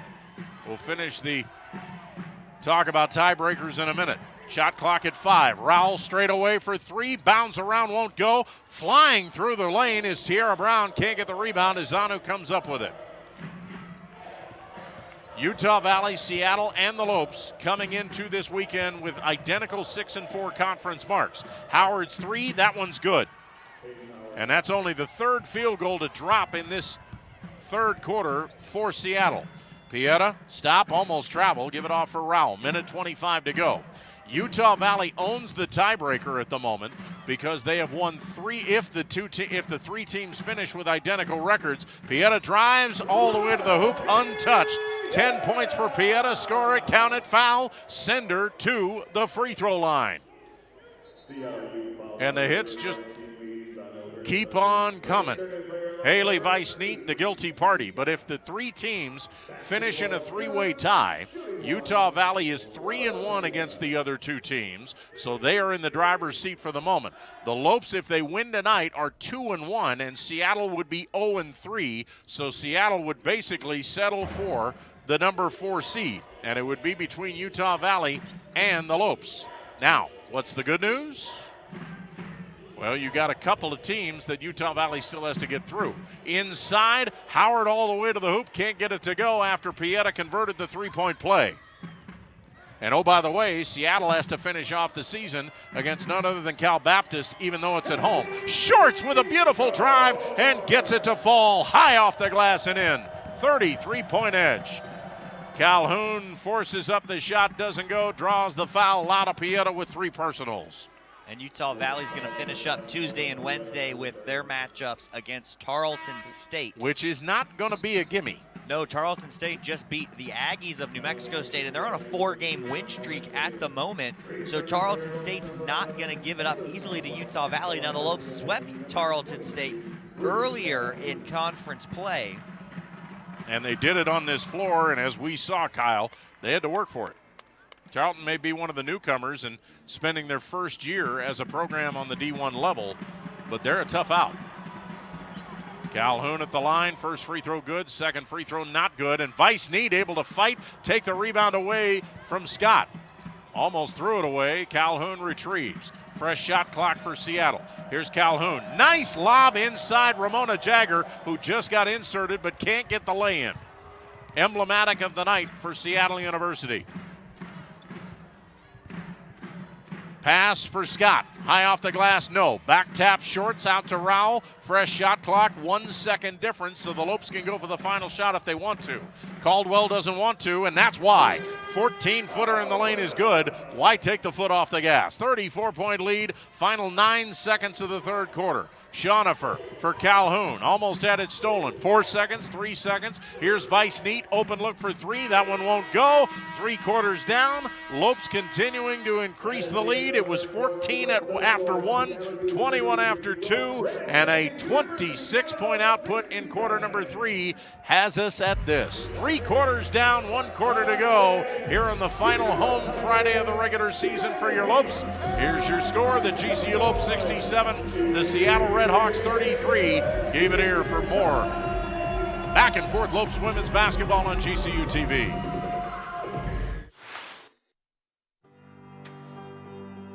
From reimagining the way you work to reassessing what you need, you've changed the way you do business. And now, so have we. With no annual contracts and flexible internet and voice solutions, you'll have what you need to get back to business. Rethink, reconnect, reimagine. Switch to Cox Business today.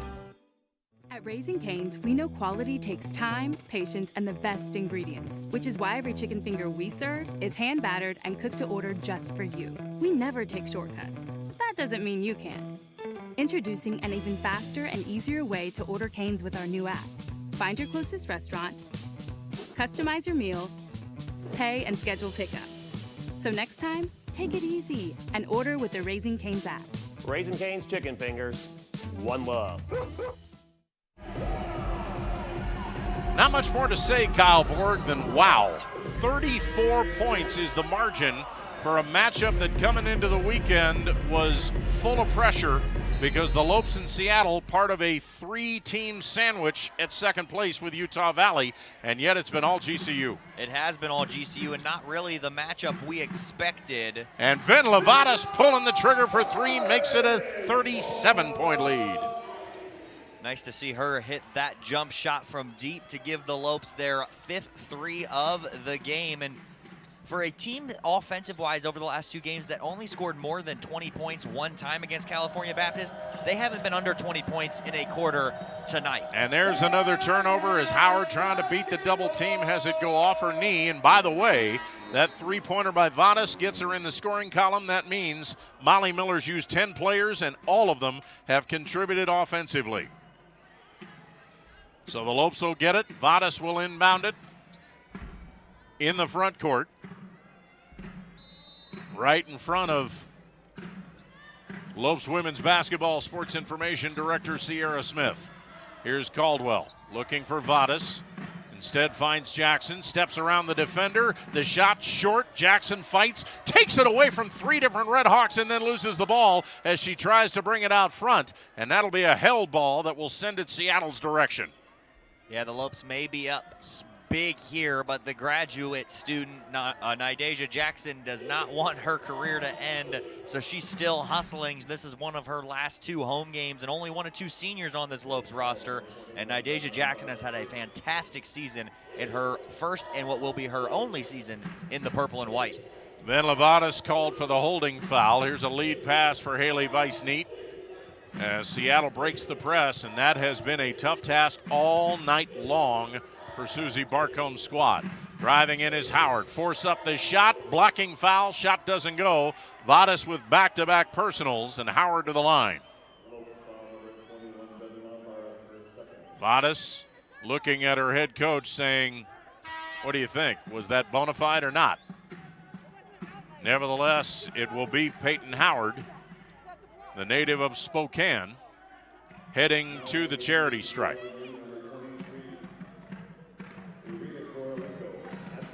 Half of this 16-player roster grew up in the Washington state lines, but there is one local product, and I mean local here, as the first one is in and out for Howard. Leilani Pete was a star at Corona High School as she grew up in Tempe, but she has not seen action.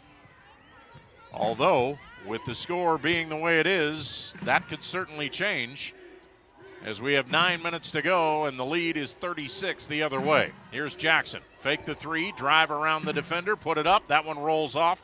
Not good. Howard off for Aaron Turasau. Turasau throws it out front. Korolenko, open look, three-pointer short. Rebound, Jagger follows. That one won't go, but contact underneath. And the Lopes already have 3 team fouls in the span of 75 seconds. So Jagger going to the line as Tiana Brown reinserted into the lineup for Caldwell. And now the tough part, Kyle, is yes, it's winding down in the season, but this is the time you absolutely, in a 36-point blowout, do not want to see anybody get hurt. No, you want to make sure that everybody's staying healthy and keep those minutes short and few and far between. Now, Coach Miller pretty much uses all of her players minus the walk-on Cameron Fleming, so she's the only Lope not to get in the game yet tonight. So we'll see at what point. You'll probably see her, I would assume. I don't want to do Cameron Watch yet, but obviously it would be great to see her as Tiana Brown continues the Cameron Watch by hitting the three. Hey, she's 1 for 1 on the season when she gets in the game from the floor, and it was an and one. And it got one of the loudest commotions that we heard so far this year, and that's a traveling violation to send it the other way. That is turnover number 18 for Seattle University. So everybody having fun except the team wearing black and red, as Thunder's celebrating with the Havocs. Thunder's had a busy day. Yes, he has. And it's going to get even busier over the weekend. Here's the spin by Jackson to Shorts. Baseline jumper, no. Right underneath. Balagay follows, scores. 75-36. Pass tipped away. Saved by Korolenko. Now off for Tarasau. Howard able to save it from going into the backcourt. Howard just trying to play keep away. And that one thrown away. Cross court intercepted by Tiana Brown. Comes down 2 on 3 and wisely decides to back it out. The trailer, Vadas for 3. That one won't go. Balagay fighting for the rebound, goes down to Haley Weissneet. 7:20 left to go before the Lopes are in a two-way tie for second place with Utah Valley at 7-4. Steal out front. Balagay picks the pocket of Howard, comes down with Peyton DeBeat, has it knocked away, gets it back, follows, puts it up and in. Carla Balagay, 6 points off the Lopes bench. 77-36. And Seattle University just trying to figure out how quickly they can get back on the bus. But remember, this is only half of this 2-game set. Charging foul on the pass-off. And Nana Jackson with that patented charge that she takes oh so well. And another Seattle turnover. Again, it's great to have the first win, but there's still one more to play, and it happens in less than 24 hours. You can catch it on Fox 10 Extra tomorrow, starting at 5:30. Time out on the floor, 6:46 left to go in this one. GCU with a 41-point cushion will step away. Lopes women's basketball. Everybody celebrating on GCU TV.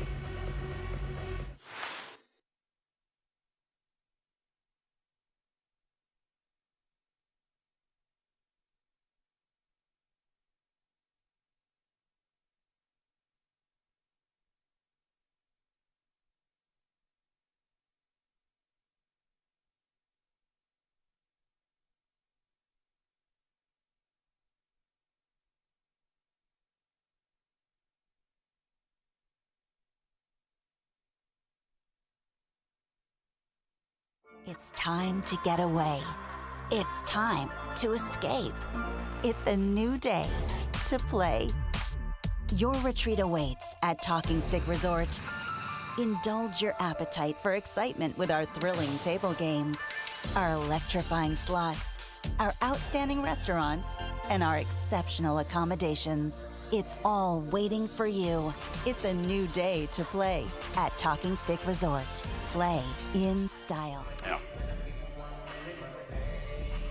6 minutes and 46 seconds, and that's time that can't go fast enough right now for the visiting team, as Seattle has been completely submerged by this Lopes defense from the get-go. It was a 14-0 lead for GCU after just 3 minutes and change, and we had talked about, as part of the Sanderson Ford 3 keys to the game, about how the Lopes had fast starts in the 4-game road trip and then ebbed in the middle quarters. No such problem this time. 21 points in the first quarter, 20 in the second, and 26 in the third. They've already scored 10 points in 3 minutes here. Tavia Rowell in for Balagay. Spin, right, put it up. Oh, hung on the rim but wouldn't drop. Schonifer with the rebound. And Molly Miller has all reserves on the floor. And Susie Barcombe, ditto. Three-pointer put up, not good by Turisau.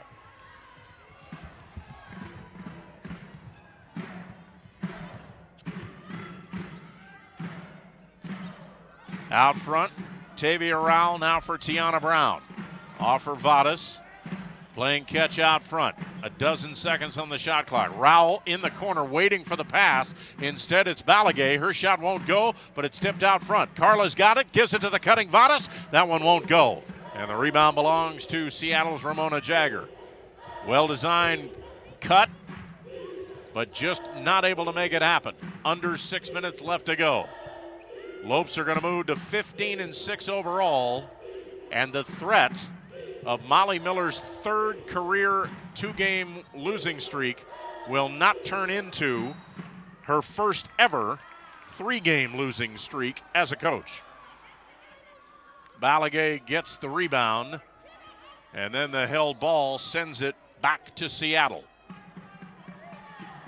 That is just unconscionable that in 8 years, as Calhoun makes the steal and puts it up and in, that Molly Miller has never had a 3-game losing streak as a head coach. That just goes to show you that she's a great coach, a great motivator of her players, knows the right things to say and when to say them. And wow, shooter's touch, Tavia Rowell. 4-3. So Rowell, 9 points on 3 of 4 from three-point range. And it's 80-38. Pass inside, the shot is good by Schonifer. It'll count, and she'll head to the line as Balagay picks up personal foul number 4. So Schonifer, one of 4 natives from the Golden State on this squad, will head to the line for the and one, but after the timeout on the floor. 4:57 left to go, and GCU seeing double. So is Seattle, just not on the right way. GCU 80, Seattle 40. So again, as we reviewed, Utah Valley, if all 3 of these teams wind up finishing with identical marks, at the moment have the inside track. They've played both Seattle and GCU. They won 3 of the 4, swept Seattle. So Seattle, by losing this game, basically cannot do any better than the 4th seed unless they are able to somehow overcome Utah Valley and GCU in the standings. How did Utah Valley and GCU did? I might add, they split. So therefore, it starts going to NCAA rankings, and for the moment, no jinx here, for the moment, GCU ranks higher in their net rankings than Utah Valley, and that's of course by strength of schedule. And I think a lot of people were looking at Molly Miller earlier in the year going, my goodness, you're going to go play Idaho State. My goodness, you're going to go play all these top non-conference teams. That certainly has worked to their favor for the moment. And you know what? You want to play quality non-conference opponents while also playing winnable games, and that can be a tough thing to do at any level, and whether it's on the men or women's side. But Coach Miller not scared of any challenge. And in her first year, played a Northern Arizona team that was picked to finish atop the Big Sky. Played Southern Utah, who's a up-and-coming program and will join the WAC in 2022. Played Idaho State to replace the Tarleton games, and did a great job against Idaho State. Didn't come away with the win. But 3-2 against the Big Sky, and that's nothing to sneeze at this year. And Idaho State hadn't lost a game in the Big Sky when they came to GCU Arena. Not sure where they stand right now in the Big Sky, but still nonetheless quality Big Sky opponent. And the Lopes have set themselves up, really. They're in the driver's seat, at least as far as seeding goes and tiebreakers. Schonifer misses the free throw. She made the shot before the timeout. So the Lopes pass the midpoint of this fourth quarter and cruising their way to a 7-4 conference mark, which will tie Utah Valley, who, as Kyle mentioned earlier today, beat UTRGV in the first half of their two-game set. Three-pointer by Tiana Brown, not good. Vadas with a rebound, but down on the floor is Tadasau, and that will cost Vadas her third personal foul. And because it's a loose ball foul, that's team foul number 5. So that puts Seattle in the bonus, and both teams are going to head the other way to the Red Hawks free throw line.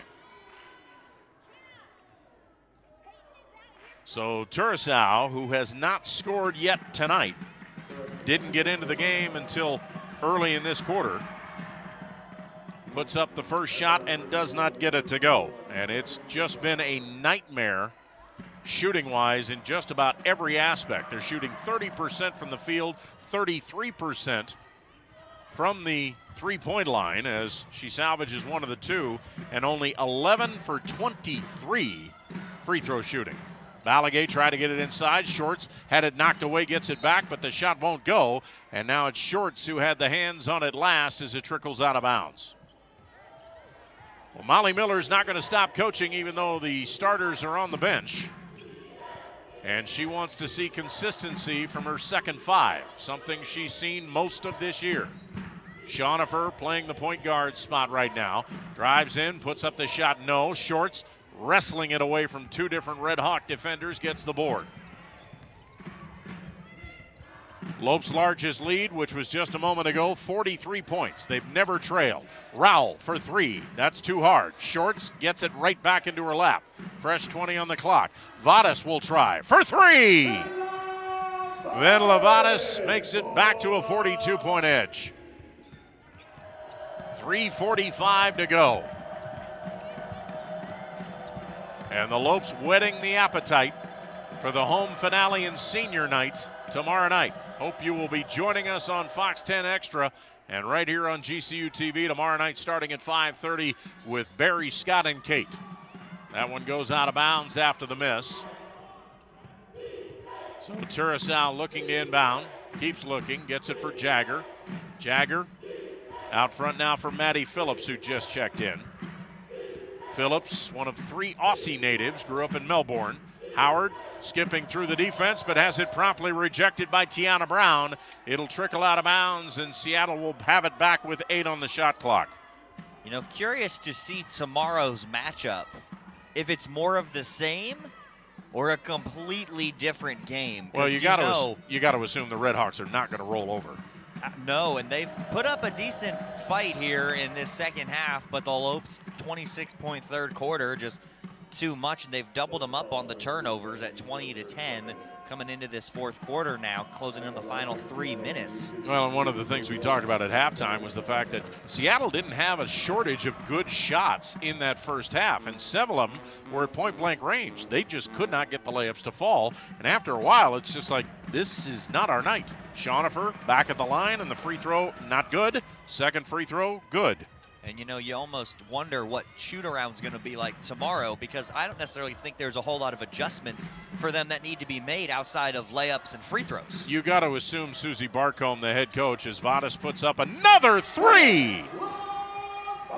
And it's a 44-point lead, largest of the night for GCU. But Susie Barcombe has seen a lot of these in her 5 years. She's an experienced coach. She is not going to try and reinvent the wheel as Balagay takes the charge on Peyton Howard to send it the other way. she's just going to say, you know what? One loss. Doesn't matter. Wipe it off. Tomorrow's a new day. Everything is 0-0 at 6 o'clock tomorrow night, so let's act like that. And if this one for Seattle doesn't make you mad, then I don't know how you get back in it after this one if you don't come out tomorrow with everything you got. No. Shorts, line drive shot in the lane won't go. In fact, for that matter, how much of a pep talk does Susie Barcombe really need to give her squad? Howard in the front court, 2.5 to go. Spins away from Balagay, throws it in the corner. Maddie Phillips for 3 won't go. Rebound tapped by Vadas, but it's saved by Schaunefer. Reset the shot clock for Seattle. Turrisal, three-pointer too hard. White jerseys clamping down on the defensive board. Rowell wants to run, bumps into Howard, and drew the contact on the Sutter step, and Howard comes away, dabbing at her teeth to make sure that that didn't draw blood. Seattle still with fouls to give.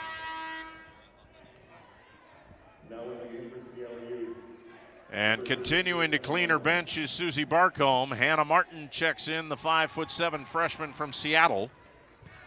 Inside, Balagay, the spin, the shot off the glass, that's a beauty. Balagay, 6 of her 8 points here in the last 8 minutes. 88-42. Jagger now fouled, and Balagay's night is over. So Carla Balagay has fouled out of the ball game. That's bad news. The good news is why the fans are cheering, because number 15 gets the warm-ups off, and none other than the walk-on Cameron Flemings, the 5'11" freshman from Dublin, California, will be able to make her first appearance in a couple of months in the Lopes lineup. And the band, the Havocs, Thunder, the cheerleaders loving every minute of it. First free throw by Jagger, not good. Now they just got to get her the ball on the block.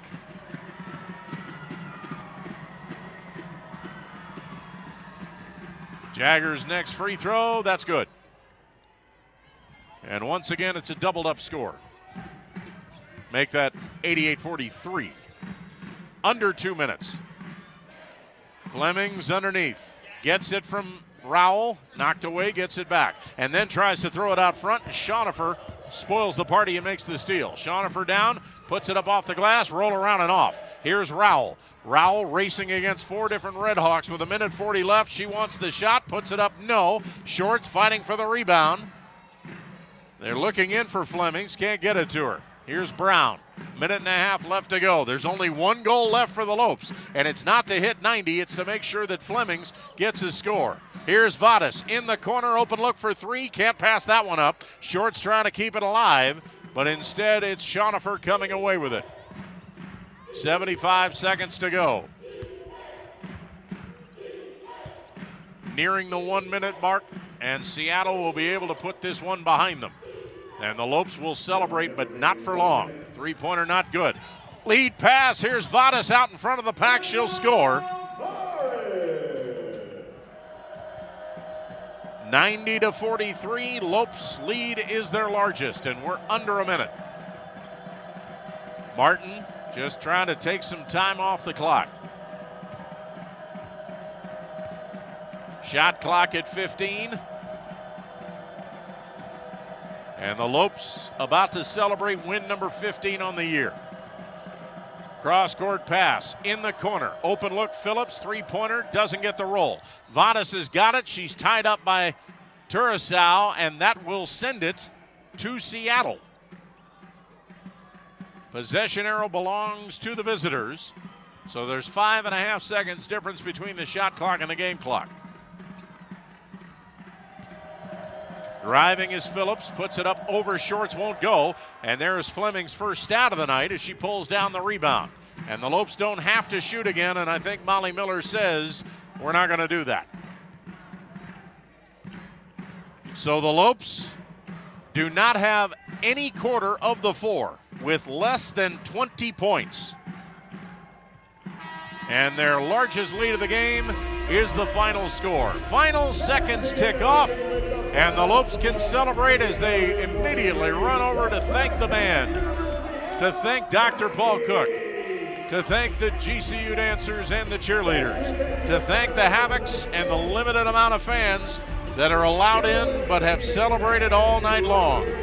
Halfway through this home weekend finale, and Molly Miller with smiles on her face as she waves in appreciation and heads to the post-game chat room. Final score here from GCU Arena. The Lopes in a rout.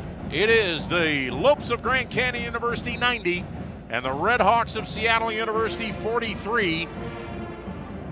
And when you've got 90 points on the board, Kyle, you start thinking about records, but we know they already scored 107 points earlier this year. They didn't get close to that. But then you start looking at the balance, and the balance is certainly something to look at because the Lopes had five players in double figures. Even Ven Levadas, who didn't get into the ball game until the latter stages of the second quarter, had a big fourth quarter, winds up with 11 points, and she's one of 3 different players that have 11 points. You talk about that kind of balance, Molly Miller's never going to give that up. Tiara Brown leads the way in scoring but has only 14 and scores only 2 points after halftime, and the Lopes extend their lead. I think one of those 3 keys to the game, Kyle, mainly the one you were talking about, is what really made the difference, the balance. Yeah, those role players stepped up big time tonight for the Lopes, Jim. Nobody with less than 4 points of the 10 that played more than 2 minutes tonight. 10 of the 11 that played more than those 2 minutes. You just 5 players in double figures, including Ven Levadas, who you love to see get going and at the right time for the Lopes. And tomorrow night, Lopes got to do more of the same. This was all Lopes start to finish as we take a look. Copper State Credit Union game summary. 51% from the floor, 56% from deep. Didn't miss a free throw and won the rebounding battle as well and forced 20 turnovers again. And 20 assists, which probably could have been higher, but you talk about just the fact that by the end, by the middle of the third quarter, Seattle didn't really want to try and work it inside. They were just like, this isn't our night. And so therefore the Lopes really didn't have that many chances in the second half to force turnovers and get steals. No, not at all. Got those 10 steals, only turned it over 11 times and just 3 times in the second half. Yeah, that's amazing. So that is exactly the number you want to see in a half if you're Coach Miller and the Lopes. And to win it by 47, that's in a conference game late in the season, that's not something you see a whole lot of. Final stats brought to you by Copper State Credit Union, founded on the principle of people helping people. So we talk about that balance. That made it extremely hard. In fact, we were starting to talk about it in the third quarter because we were just, I don't know. Finally, I think we were able to center in on our player of the game. Yeah, it's going to be Laura Piero with those 11 points on 4 of 6 shooting. She's only had 11 points, not the leading scorer, but we chose her because of those 6 assists for her.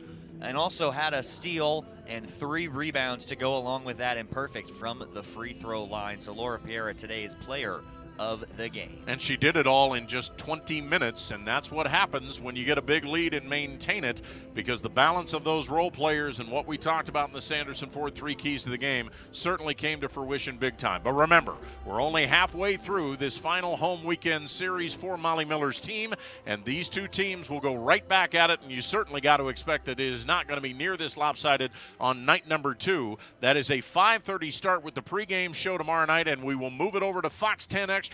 Kate Longworth will take you through the first 30 minutes, and then tip-off comes at 6 p.m., and it's none other than Barry Butel and Scott Williams bringing you all the action as the Lopes finish out what we think will be the regular season finale and senior night right here just less than 24 hours from now. Well, we certainly want to thank, since this will be our final broadcast for this crew of Lopes women's basketball for the 2020-21 season, we certainly want to thank all of the players involved. Obviously, we have people from the past, I should say, like Diana Johnson and Hanku Funsale, Dominic Hinton, and Jack O'Hara, that have contributed mightily all through the season, and certainly we have to tip our hats to them. And, of course, Athletic Director Jamie Boggs for giving us the ability to do this, and the man who has been the boss extraordinaire for you, Kyle, and the crew all year long, Al Porteous. What a job they have all done. And then, of course, we have to thank the SIDs, Sierra Smith, who is aiming all for women's basketball, and then, of course, the assistant director of athletics in communications, that being Josh Hauser. What a job they have done all season long, and we want to thank our crew tonight, Andrew Rangel, Hannah Longshin, our producer Marley Thompson, and our director Travis Fleming, and of course Kyle Borg. Got to thank you because it has been an awful lot of fun to be next to you as well as Jack O'Hara all season long. Jim, the pleasure's all mine. I have enjoyed every minute of it. It is a great way to end it for us, a 47-point Lopes win, and I appreciate everything that you do for us and the great job you do on the microphone providing the play-by-play. It has been a lot of fun, and remember, you are still going to hear plenty of Kyle's voice. As a matter of fact, you're going to hear it right here on GCU TV in just about 18 hours, because at high noon, right here on this same floor, it'll be the Lopes men's volleyball team fresh off that 3-game sweep of top-ranked BYU, trying to make it 2 in a row. Again, that'll be noon tomorrow, and Kyle will have the call. That will be right here on GCU TV. And if you are a baseball fan, well, I will be in the stadium doing PA starting at 2 p.m. tomorrow as the Lopes taking on Oregon State. But you better go to GCULopes.com or go to the Lope Nation app. If you haven't downloaded it yet, go find it on your smartphone's app store, because that's the only way you're going to be able to keep track of everything going on in the spring sports and the fall sports, which are now the spring, right here at Grand Canyon University over the next couple of months. It has been a lot of fun, and it's going to be a lot of fun until we are all done in May. Remember, you can follow Grand Canyon University on Twitter, Facebook, and Instagram. And don't forget to download the Lope Nation app so you can watch all the live streams from your mobile device or subscribe to our YouTube channel. That is at youtube.com/GCU. So for the final time this year, on behalf of my partner in crime, Kyle Borg, and all of our great crew, this is Jim Howell speaking to you from GCU Arena in the heart of the Valley of the Sun, Phoenix, Arizona, reminding you the final score in a lopsided affair. Your GCU Lopes 90 and the Seattle Redhawks 43. Good night, everybody.